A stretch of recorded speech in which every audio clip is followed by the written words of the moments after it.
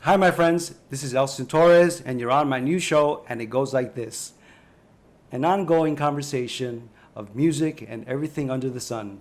So join me and stay tuned. Come on, talk to me. Cause it goes like this. Yeah, it goes like this. And that's the show. Yeah, thank you. That was a lot of fun, man. So, John Falcone. I'm here with John Falcone, a friend, an associate, Colleague. band yes, member. collaborate.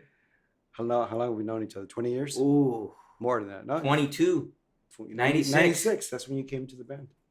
Wow. mid-90s. You subbed for Leo Nobre. Leo Nobre, Mm-hmm. who was on the road with Nil. Neil who? Lara. Oh, yeah, that's right. That was many, One of many the years ago. Great local heroes of music. And what are you up to? What are you Same been up to? old thing. Still working as a musician. Yeah. Unbelievably. I don't know how, but How's this scene? How's the current what scene? scene? Exactly. I'm 50 years old, man. I don't know what the scene is. So There's children out there playing music. yeah. Very talented. I mean, and ones, yeah, too. obviously everything's changed so much. Yeah, in we're terms, still doing it. But Yeah, there's still some people who still believe in real music. Live music, Live music, real music, Instead of whatever, pushing whichever way buttons. you want to put it. Yeah. fingers, And fake. that is- already. Already. a problem. Jesus, man. No, thankfully I'm still working. Freelancing. When the bat phone rings, I'll Right. be there. So. So in terms of creativity, what do you consider most of your bulk of work nowadays? Is it working in the studio, jamming with somebody live, Well, recording, writing? What are you doing? My personal thing lately, I've just been writing again at home Yeah, and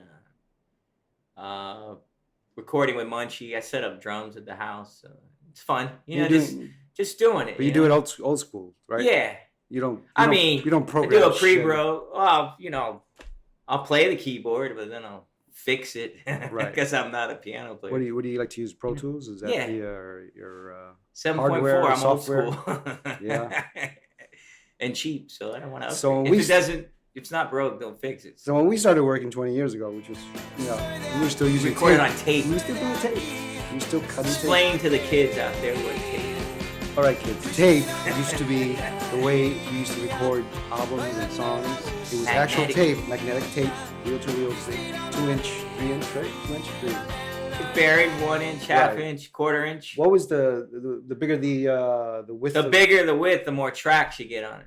Okay, right. So our first 2 albums were recorded on tapes, At which Rodolfo they're, Castillo's house which they're in missing. South Miami. They They're are- missing? They're missing. Who fucked that up? I don't know. They probably taped over them with some Yeah, some cheesy there's pop there's some act that re- never made it. There's some current reggaeton playing all Oh over my our God. rock and roll stuff. That never even made it, probably. But that's Like life, us. man, Yeah. So it's just carrying on the tradition. So Tape was expensive. It's very not cheap. expensive and not easy to carry around. You have Oh, to take care of it. Remember, like you couldn't go through the X-ray machines. Remember, Yep. right? That was a There's fact. You a couldn't. lot go of through famous stories of tapes being lost. right. Hendrix lost the first mix of Electric Ladyland. Really? He left it in the cab. They had to remix it. Wow, and they never found And it. he hated the mix. But somebody's holding on. to Electric that tape. Lady or Are You Experienced? One of those. I saw it the other day in classic albums, but that's pretty crazy. Where's that tape? Somebody's holding on to it, waiting for the big. Where they taped over it with I won the lotto.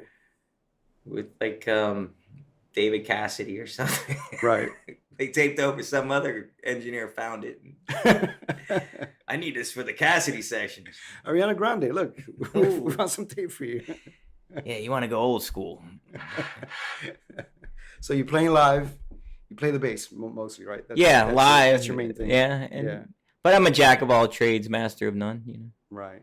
What do you? I can be in a room by myself and make a track, record Make- it. make a I mess- don't know if it'd be make any a mess good, of but things. you'll hear all the parts. Right. Yeah, I've actually heard some of your recent songs. They're very good. Yeah, thanks, They're man. very groovy, baby. Yeah, all right. I live in the past. But all right, so you being a American, yeah. but you grew up in a very Latin city. Oh yeah. Oh, was it always very Latin? I mean, I got here 20 something years ago, so Miami always seems to me very tropical. I'm Cuban. Well, I was born just But, down you know, the road here, right. Doctor's Hospital, But 1968. but the idea is, were you always surrounded by the Latins, was there a moment where that phenomenon happened, where all the Latins just came in and it's like, what happened? Well, you got to remember there was the initial wave after Cubans Fidel took over. in the '60s. So I'm talking when about I was 60s. born, yeah. So when I was born, there was already a Cuban culture, but I was so small, I didn't, you weren't that aware of it. And actually, when my folks split up, I moved up to West Palm Beach or Boca Raton because they were going to FAU. So I spent up until third grade, I lived in that area. Right. When I came back to Miami when I was like 9, Okay. That's when I made all my real friends that I still have today. And they're mostly Latin, Cuban. So you remember your first initial friends? But they're Americanized. You know what I mean? But you never saw them as being like, oh, this guy's Cuban or this guy's, Oh, they're Puerto Cuban, Rican, yeah. or whatever. But you assimilate your American kids. But it never crossed your mind that you had Latin friends, you had black friends, you had white friends. It was just you. Miami had everything. They were just you friends. Had friends, right? So what is it? Why is America so divided with race? Then why is it such an awareness now that the color of the skin or where you're from, whereas and I have the same reality that you have, the same experience, because I grew up in New York City in Washington Heights, where if you were Latin, you were Latin. If you were black, you were black. If you were from Greece, you were from Greece. Maybe it's the age that you're 10, 11 years old that you don't see the world that way, right? Or is it that, because I almost see racism now almost in kids too, like right away they can tell when somebody looks different than them, and it's almost like a judgmental thing, like you almost see it, like, I mean, I don't know, you have a 14-year-old daughter, right? 13-year-old daughter. She's half Cuban, half a quarter Italian, quarter whatever. How do you see her reality? Like, does she have mixed friends as well? She goes to a Catholic school where they're mainly Cuban Americans. So she has no Jewish friends. No, not at all. And but I don't know. It's just when you live in a multicultural city like Miami, if you don't make friends with people from different backgrounds, you're just gonna be lonely. I mean, there's nobody else. But does Mia ever refer to any of her friends? Oh yeah, she's my Cuban friend. No, it's not like that at all. Right. That's the one thing that to me is perplexing with with the reality of today, how we're living. You see it, and you see it all the time. How how people just. You got to remember, we're not that far removed from the Civil War. Yeah. And that divide, we're still kind of like feeling reverberations of them, and it's always kind of like this conflict between the rural and the urban. Right. You know what I mean? So you think it's... And I think it's just fear. And I think naturally people of all races and cultures stick together. Familiarity that's the question. Makes you feel safe. You know what I mean? Makes you feel part of something. So you think it's more of a class thing than a race thing? I always think the problems are based on class. To me, it's all about money. You think it's more about for sure poverty and those who have and those who have not?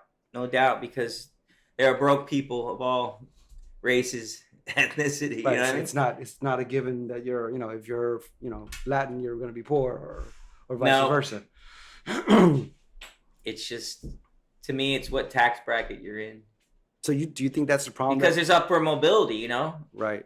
So you think someone who makes it out of an adverse situation like poverty, they move up. They don't stay in that neighborhood. Right. They move up. You know what I mean? It's just the natural progression, getting to a better area where you feel safer, a nicer place, better schools. Right. Everybody does that. But then it's a vicious circle, because what happens is those that can't get out of that class or that that grade level that they're at stay there, and their kids stay there unless one of them can get through, or of course one becomes a big athlete or musician or something like that. And we see it so much today in the world, how divided, especially in America, we feel it. There's just a division today, don't you feel it? Like Yeah, but if you're constantly tuned in to the media, is it that it's more? If you're constantly connected to this crap, if you just turn it off sometimes and just go about your day, most people are pretty cool. Most people are pretty nice. I don't think people are like lovey-dovey, just like peace and love. There's inner. Speaking of, there's a quiet, you know. Well, speaking of that, you're one of the few people that I know in my life that shuns social media in a big way. Because I say a lot of crazy shit, and I know it'll get misconstrued. John Falcone is not on social media. He's not on Facebook. I actually got sick of looking at people's pictures of their lunch and their breakfast. And an unnamed friend showing me pictures of prog rock guys. But don't you feel that? Okay, that nobody knows. And I agree with you. I agree with you. And I, for myself, when I post stuff, it's usually music related stuff. I have a show tomorrow. I post that, and I agree with you. But don't you feel that not being in social media has affected your career a little bit? Like, since you're because the same nothing was happening when I was. You don't think it would be different if you were, like, say, on Facebook or Instagram? I initially got on social media for my career. No, I know. That's why I bring it up. Because I needed to interact. And I remember the day that you decided. Friends, I was lucky enough to have longtime friends. Right. Yeah. But I remember the day that you decided to get out of social media. You're not in any social media, right? Just people just argue over the dumbest shit on there, and it's just crazy. You know what I mean? Right. You can't. And also, I was wasting my time all day looking at it.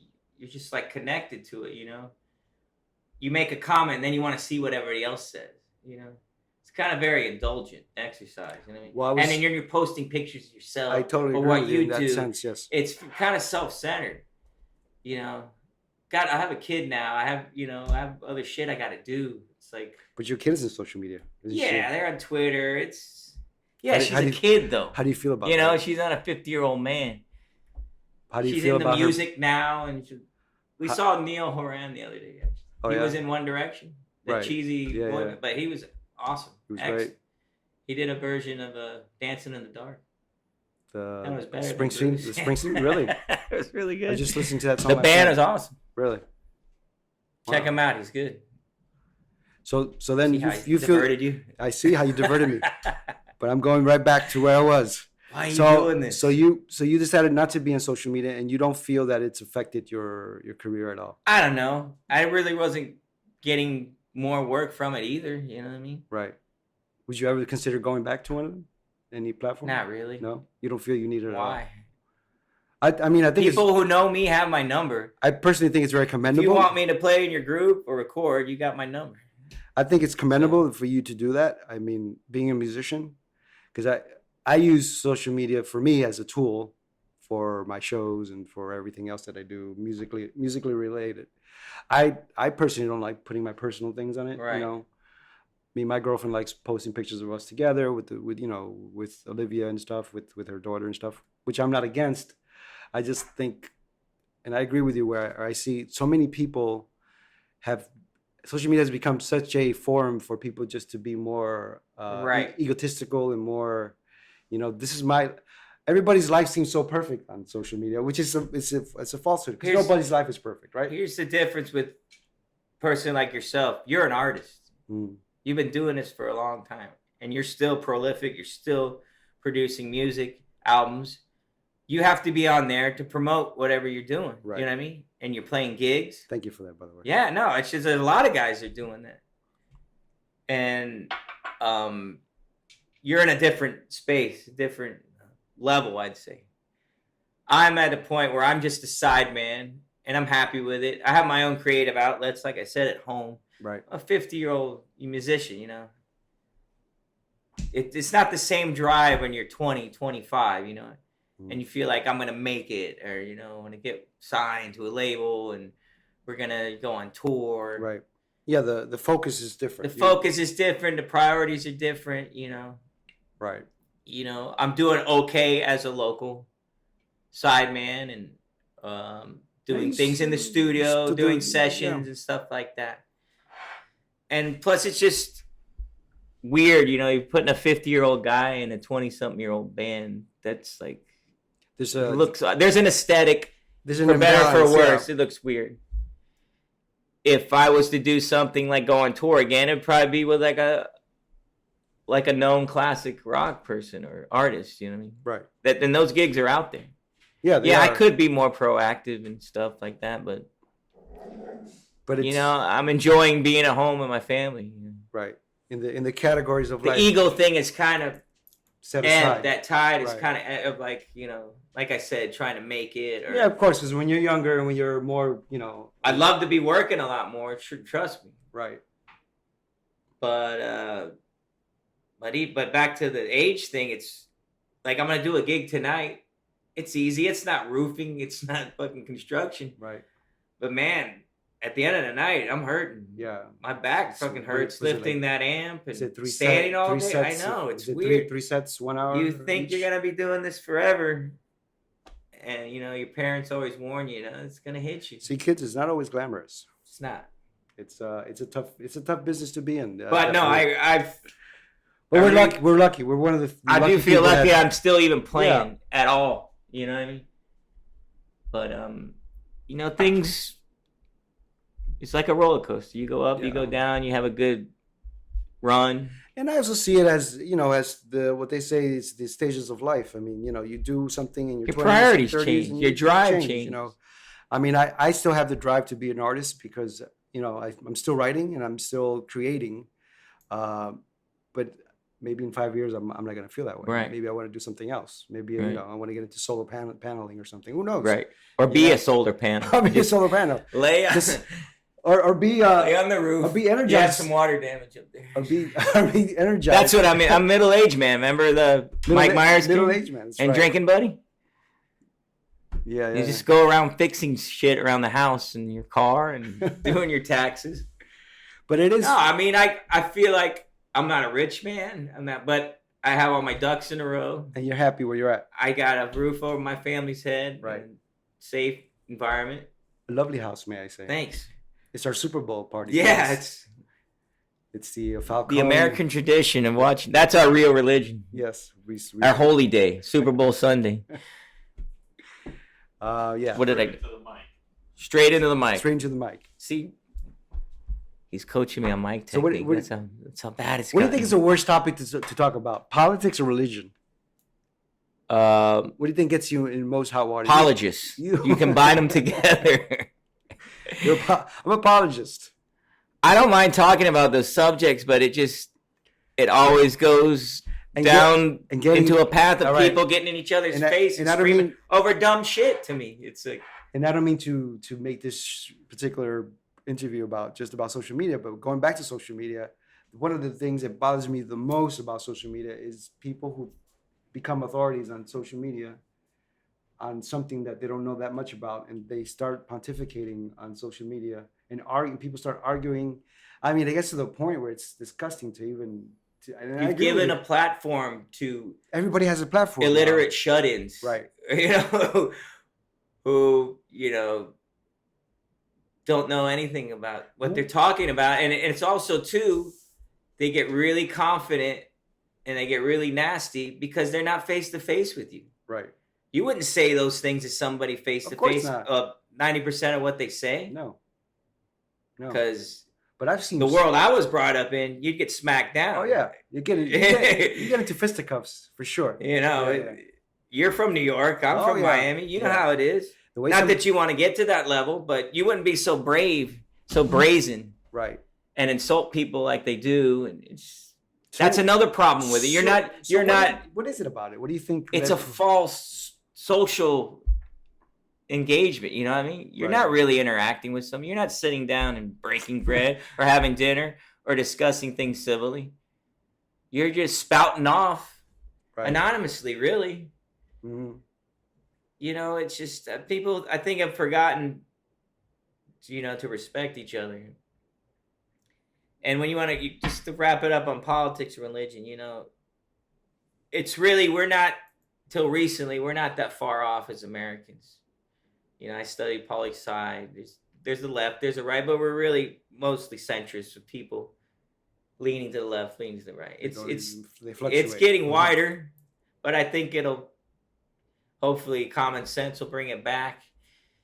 To me, this is a secular society with the freedom to believe in whatever mumbo jumbo or imaginary guy in the sky you want to. Right. Go for it. I have nothing against that whatsoever. Don't bring it into the secular world. Don't bring it into my home. Don't bring it into the government. Don't bring it out into society. Go to your houses of worship on Sunday. Don't pay your taxes on it. You got plenty of things to be happy with. And you have the freedom here to believe in whatever you want. Do it, right. But don't start pushing it on me. Don't start trying to push it into government. That's where we're getting into a problem. And that's it. Don't you think one of the problems that we have and the politics is always going to be what it's always been. But don't you think the problem is it's a fight for power and control? Don't you think that our two-party system has become outdated? That we need, of course, we need a third party. But it's never going to be another way. You think it's never going to change? Even it's too ingrained in our society. Even if we keep going in the direction we're going, it's too much mind control. Really, too much money. People can't wrap their head around a parliamentary system. Here. Too many lobbyists for both sides, right? Yeah. The real problems will come when the money dries up. When there's really no work. When people really suffer like people do in the third world. Right. Then the shit's going to hit the fan. Bottom line. It's all about money and power. The fall of Rome, the great empire. Democrats and Republicans are pretty much morphed into the same thing. Right. Just different ideological slants. You know what I mean? One leans more towards the left, one leans more to the right. But in the end, like I said, when you turn off all the TV and the social media and you just go out and interact in the world, most people are pretty decent here. Most people are nice.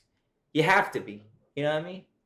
Yeah, when you're if you're faking it, I don't care right. if you're being nice and civil to me, but inside your mind you're like, this fucking long-haired hippie, I can't stand it. Whatever. Hey man, give me my change and give me whatever I bought and see you later. But I also see when we start losing civil discourse. But I also see, and I'm sure you've felt this too, that when I go, let's say, to like a department store, you know, that they think you're stealing something. That customers, well, that's always they always think I'm stealing something, especially when I bring a shopping bag with me. I scare Latins, by the way, when I take my hair down. This right here, I'm terrified right now. Freaks them the shit out. Put the hat back on, please. I'll give you the true hippie look. So they don't like long hairs. But I mean, I've noticed that even customer service is really lacking these days. You know, in general, I'm not saying everywhere, but customer service. Try to get somebody live on a phone call when you're calling, you know, AT&T or calling anybody. It's gonna be hard to get, and once you do, it's gonna take you at least 10, 15 minutes to actually speak to somebody. Yeah. If you're lucky. You sound like an old man bitch. I know, don't I? But is that a phenomenon of internet or social media? Or I think it's been like that always. Always? Who wants to do that shitty job? Who's gonna be happy? so then why build? Once in a while build the wall. We need these people to come in and work. Most of the time, you get decent people on the phone. I think. Sometimes you get assholes. So what you're saying is Americans don't want to do the dirty work. Is that what you're saying? I'm lost now. You want us Mexicans to do the dirty work? No. I want people to have jobs. It's like when you're young, you have a shitty job. You know what I mean? I had many shitty jobs. And then you work your way up. Right. Hopefully, you get out of doing shitty jobs. You know what I mean? Or educate yourself. Right. Or become a professional at something. Mm. Some people don't. Like Kavanaugh. Some people fuck up all the time. For whatever reason. Right. They just never I have friends who made a lot of bad choices and they're suffering from it right now, you know? I've not made some of the greatest choices in my life, but luckily I'm doing okay. Mm-hmm. It's just life, man. Right. If you don't like the situation you're in, try to change it. Sometimes it ain't easy. We're getting the signal that this is boring as shit, and we gotta wrap it up. All right. Before we go, just what do you what sparks your creativity? Money. Just money. No, I'm joking. I don't know. Hearing another cool band or song. Like when you sit down to write something, what is it that sparks your fuel to say, yeah, that's a good idea, let's do it. And me and you have sat down to write. Just screwing around on the guitar sometimes, right. And when you're practicing, you come up with a riff, and you're like, okay, that's cool. Do you have a theme in your mind, like what you want to write about, or what you want to talk about, or you know? I just let it happen sometimes. You just go off the cuff. First, to come up with like a progression or a riff, or a little melody idea. So music. Then words start coming to you. So music is first. Then you just fashion the words into something. I think you let your subconscious take over. Right. So for you, music is the main spark, and then everything else around it kind of comes together. Or maybe, like you said, some kind of situation in your life. Right. Or tend to write some things that are not overtly political, but or something that's going on. Something you're experiencing, or somebody is experiencing, or something like that. You try to, when I write lyrically, try not to make it so obvious, but if you can read into it, you do too. Right. You're a great songwriter. Well, thank you. I like writing in the toilet. Yes. Yeah. On the toilet? On the toilet. Like Elvis? Well, yes. Don't die on the toilet. Especially like Elvis. Don't do that. I put on the wig with the sideburns and everything. I remember the day he died, I was going to get pizza right down the street here. You were 9 years old? At Leo's Pizza. You were 9? 8?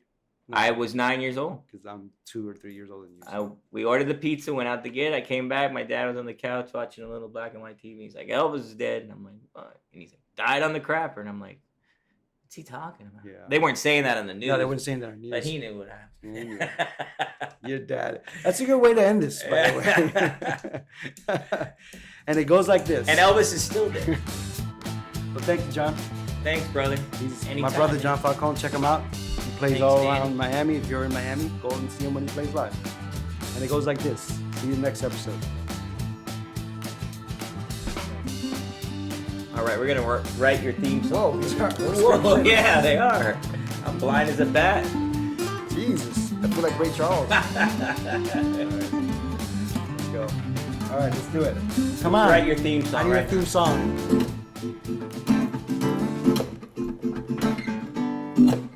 Creativity and action.